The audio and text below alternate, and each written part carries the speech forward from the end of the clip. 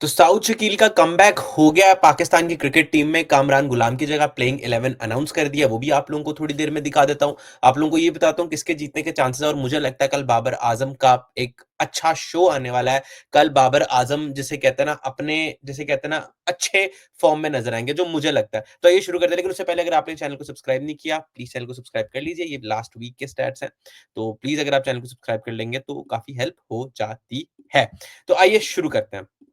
तो यार, ये पाकिस्तान की प्लेइंग 11 है, जो मैं आप लोगों को पहले ही बता चुका था। फखर जमान, बाबर आजम, साउद शकील, मोहम्मद रिजवान, सलमान अली आगा, तैयब ताहिर, खुशदिल शाह, शहीन शाह अफरीदी, मोहम्मद हुसनैन, और नीचे नीचे नसीम शाह। ठीक है, वो मैं पहले आप लोगों को बता चुका था। अच्छा, अब Saud Shakeel probably probably open करेगा, ये मैं पहले भी कह चुका हूं कि यार देखें,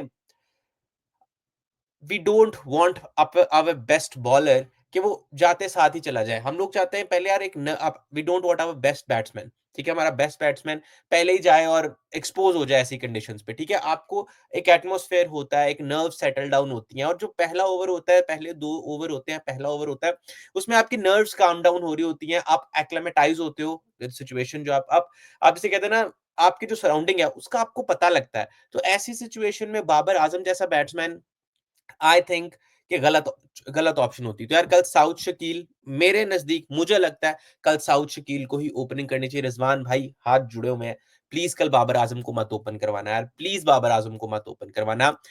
पूरी कौम बाबर की 100 का इंतजार कर रही है, पूरी कौम बाबर से उम्मीदें लगा के बैठी हुई है। प्लीज कल बाबर को मत करना, ओपन मत करवाना। मसला भला क्या होता है, प्लेइंग कंडीशंस या प्लेइंग डिसीजन लेती है जी मैनेजमेंट, ठीक है, भुगतना बाबर को पड़ जाता है। ठीक है, अगर शाहीन बॉलिंग नहीं कर रहा, शाहीन की बॉलिंग नहीं हो रही, फिर भी कहीं ना कहीं कोई कहेगा "ओ, बाबर आजम ने गलत किया है। ठीक है, रिजवान नहीं खेलेगा तो बाबर आजम पे गिर जाएगा। ठीक है, 11 खिलाड़ियों ने खेलना ना यार, 11 खिलाड़ियों ने खेलना है ना।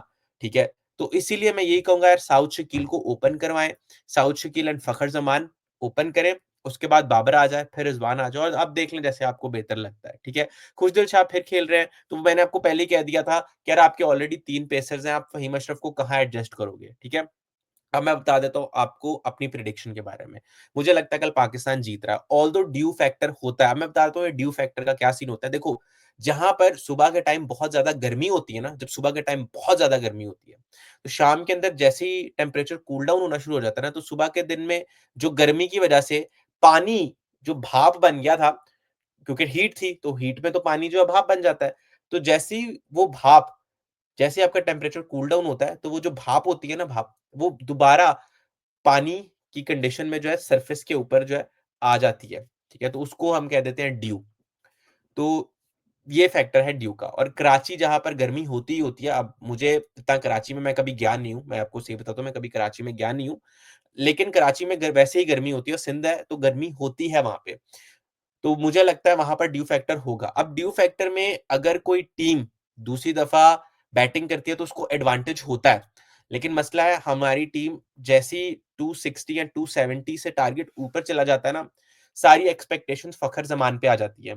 तो हमें अपनी नर्व्स को काम डाउन करना पड़ेगा जब हम चेस कर रहे हैं। अगर हम आखिरी 10 ओवरों में विकेट्स इन हैंड, अगर हम 80 या 90 भी अगर हमें चेस करना होता है, तो हम इस माइंडसेट पे जाते हैं ना, हमें हमें ये करना है ना, हम लोग, मसला भला क्या है, we come and start attacking. ठीक है, हम हमारे प्लेयर्स उस तरह के नहीं है। हाँ, ऊपर से फखर जमान है, नीचे से हम ऐसे नहीं कर सकते कि आते साथ ही शुरू हो जाए। ठीक है, हाँ, साइम अयूब था जो कि ऊपर से ही अटैक करना स्टार्ट कर देता था, जो कि अगर 50 गेंदों 50 है, तो अगले 70 बॉल्स पे उसका 100 आ जाता, या 80 बॉल्स पे उसका 100 आ जाता। लेकिन हमारे पास अब यही है जो है।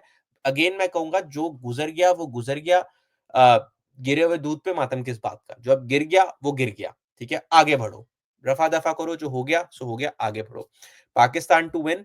कल का मैच, फखर जमान ने पिछले मैच में भी अच्छा खेला था, और मुझे लगता है इस मैच में भी फखर जमान अच्छा ही खेलेगा। अच्छा खेलना चाहिए फखर जमान को, क्योंकि अब यहाँ पे और कोई है नहीं हमारे पास। ठीक है, उसके बाद साउथ शकील का टेम्परामेंट, साउथ शकील एक क्लास बैट्समैन है। ठीक है, टेस्ट में भी हम देख चुके हैं, अच्छी टफ स्पिन कंडीशंस में, अच्छी टफ कंडीशंस में जहां पर कोई और टिका नहीं था।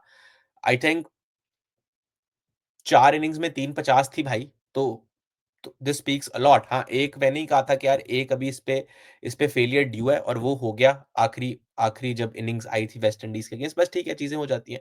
बाबर आज़म पे काफ़ी चीज़ें ड्यू हैं, और बाबर आज़म मुझे लगता है कल कुछ करेगा। कल एक बहुत अच्छी और तगड़ी नॉक आ रही है बाबर आज़म के बल्ले से। कल बाबर आज़म जिसे कहते हैं ना, सबको चुप करा देगा, सबको चुप कराएगा। कल बाबर आज़म की सबसे अच्छी नॉक आ रही है ज़िंदगी की। मैं तो साथ हूँ इसके, अब देखते हैं आगे क्या होता है। फिर आ जाते हैं जी मोहम्मद रिज़वान। यार रिज़वान, थोड़ी-सी सीरियसनेस लानी पड़ेगी क्रिकेट में, थोड़ी-सी सीरियसनेस। अ, थोड़ा-सा जिसे कहते हैं ना, अ, चीज़ों को लार्जर पर्सपेक्टिव से देखने की ज़रूरत पड़ेगी। आप सब कुछ एक ही बॉलर पे या एक ही बैट्समैन पे नहीं डाल सकते। ये चीज़ रिज़वान को भी समझनी पड़ेगी। रिज़वान को एज़ अ कैप्टन अब खुद रिस्पॉन्सिबिलिटी लेनी पड़ेगी, ठीक है? हाँ, पिछले मैच में ठीक है, उनकी फील्डिंग अच्छी थी, उन्होंने कैच बहुत अच्छे पकड़े हैं पिछले मैच में। लेकिन हमें भी यहाँ पर अपनी फील्डिंग और अपनी कैचिंग को बड़े अच्छे तरीके से करने की अब ज़रूरत है ना। अब आखिरी ऐसा नहीं हो सकता, आपने पूरा मैच कंटेन किया, आखिरी 4 ओवर में आप 80 रन करा दो, जैसे कि न्यूज़ीलैंड के अगेंस्ट हमने किया। उसके बाद सलमान अली आगा है। सलमान अली आगा की सिर्फ़ एक अच्छी इनिंग्स आई है, वो आई है साउथ अफ्रीका में, उसके बाद सलमान अली आगा की कोई अच्छी इनिंग्स नहीं आई, ठीक है? ना ही वो बैट के साथ कोई मैजिक क्रिएट कर सका है उसके बाद, ना ही वो बॉल के साथ कोई मैजिक क्रिएट कर सका है उसके बाद। Tayyab Tahir again he is a new campaigner. अब मैं नया लड़का है, अच्छा लगा है जितना उसने खेला है, डिसेंट लगा है। वो कैच बहुत अच्छा पकड़ा था उसने। क्या नाम था उनके, नाम निकल गया उनके फ़ील्डर का, लेकिन उसने कैच बहुत अच्छा पकड़ा था। उसके बाद खुशदिल शाह, मैं ऑलरेडी बहुत बातें कर चुका हूँ, इस पे अब मैं ज़्यादा कोई बात करने नहीं वाला। शहीन शाह अफ़रीदी, देखिए शहीन की फ़िटनेस जो है वो बहुत ज़्यादा ज़रूरी है, क्योंकि अगेन शहीन ने जितनी मार खाई है, मैंने पूरा मैच लाइव देखा था। अगर आप मैं स्ट्रीम पे भी आऊँगा, अगर आप लोग स्ट्रीम पे आके मुझे देखना है, अगर आप स्ट्रीम पे आके मेरे साथ कोई बातचीत करना चाहते हैं, कोई अपना पॉइंट ऑफ व्यू रखना चाहते हैं, तो फ़ील फ्री टू कम, आ जाइए, कोई मसला नहीं है। शहीन शाह अफ़रीदी की फ़िटनेस जो है वो मेन कंसर्न है, क्योंकि आप आते हो, आप शुरू में आउट कर देते हो, और फिर आप आते हो, फिर आप जब अपने लास्ट स्पेल में आते हो, तब आप बस बॉलिंग करा रहे हो और मार खा रहे हो। ठीक है? बस आप सिर्फ़ बॉलिंग करा रहे हो, बॉलिंग कराने के लिए करा रहे हो। तो इस चीज़ को थोड़ा सोचना पड़ेगा। हुसनैन भी आर्म रूटीन में बहुत मार खाता है, हुसनैन भी बहुत मार खाता है। तो देखना है कल हुसनैन को भी थोड़ा-सा ना सीखना पड़ेगा, कितनी देर से हुसनैन भी टीम के साथ है। तो हुसनैन को भी अब ये बात समझनी पड़ेगी कि यार, अब मैं हूँ यहाँ पे, मुझे अपॉर्च्युनिटी मिली है, तो अब मुझे इस अपॉर्च्युनिटी को, जिसे कहते हैं ना, दोनों हाथों से पकड़ना है। क्योंकि हारिस रऊफ तो खेलेगा ही खेलेगा, वो तो पहली ऑप्शन आपकी होती ही होती है, वो तो खेलेगा ही खेलेगा। लेकिन अगर यहाँ से हुसनैन अच्छा परफ़ॉर्म कर देता है, और कुछ कुछ out of the world perform कर देता है, तो डेफ़िनिटली चांसेस हैं, अ, तो डेफ़िनिटली लोग, पीपल विल वांट कि यार अच्छा हुसनैन को होना चाहिए। बट हुसनैन आर्म रूटीन में बहुत मार खाता है, और पता नहीं, बस कोई लाइन, कोई लेंथ, कोई प्लान नहीं होता, बस बॉलिंग कर देता है। ये बात मुझे समझ में नहीं आती कि यार, आपके पास इतना अच्छा पेस है, ठीक है? आपके पास सिर्फ पेस है। अभी उसने स्लोवर डिलीवरी भी अचीव करनी शुरू की है वैसे, मैंने 1-2 देखी है, उसकी स्लोवर डिलीवरीज़ भी अच्छी होती है। लेकिन आपके पास इतना पेस है, आप इतने टैलेंटेड हैं, आप इतनी देर से हैं टीम के साथ। मैं 2020 से शायद इसको देख रहा हूँ, 2021 से, ठीक है? बट फिर भी आप आते हैं और 55-56 रन्स देकर चले जाते हैं। यहाँ पर सोचना पड़ेगा कि कैसे मैनेज करना है, क्योंकि जैसे ही हारिस आएगा, हुसनैन निकल जाएगा। हुसनैन तो बैकअप ऑप्शन है ना हारिस की। तो हुसनैन को यहाँ पर देखना पड़ेगा कि उसने कैसे अपने आप को चलाना है, क्योंकि बहुत अरसे से हुसनैन अब सीख ही रहा है। बहुत अरसे से हुसनैन सीख ही रहा है, तो अगर अभी डिलीवर नहीं करेगा, तो कब डिलीवर करेगा? फास्ट बॉलर की लाइफ वैसे ही 5 से 8 साल की लाइफ होती है किसी भी फास्ट बॉलर की, किसी भी फास्ट बॉलर की। वसीम अकरम जी ही वाज़ एन एक्सेप्शन। ठीक है? वो एक एक्सेप्शन थे, ठीक है? उनका भी पेस कम हो गया था आगे आके, लेकिन वो एक एक्सेप्शन थे जिनका करियर वाज़ 20-24 इयर्स लॉन्ग, तो वो एक एक्सेप्शन थे। उसके बाद नसीम शाह को विकेट निकालने का तरीका निकालना पड़ेगा। नसीम शाह को खुद ही सोचना पड़ेगा कि वो बॉलें जितनी मर्ज़ी बीट करवाएँ। इस मैच में भी 80 बॉलों पे 50 करके गया था केन विलियमसन, फिर भी उन्होंने 304 बना दिया था, ठीक है? तो आप बॉलें जितनी मर्ज़ी बीट कराएँ, आपको आपको ये एहसास होना चाहिए, दूसरी तरफ आपके साथ खुशदिल शाह है और हारिस रऊफ है या मोहम्मद हुसनैन है, आपने उनको भी कैटर करना है, आपने उनको भी चलाना है, ठीक है? आपने देखना है कि उन्होंने उन्होंने रन्स देने ही देने हैं, उन्होंने रन्स लीक, क्योंकि आपको पता है वहाँ से रन्स लीक हो सकते हैं, सलमान अली आ गया है, वो रन्स लीक कर सकता है, ठीक है?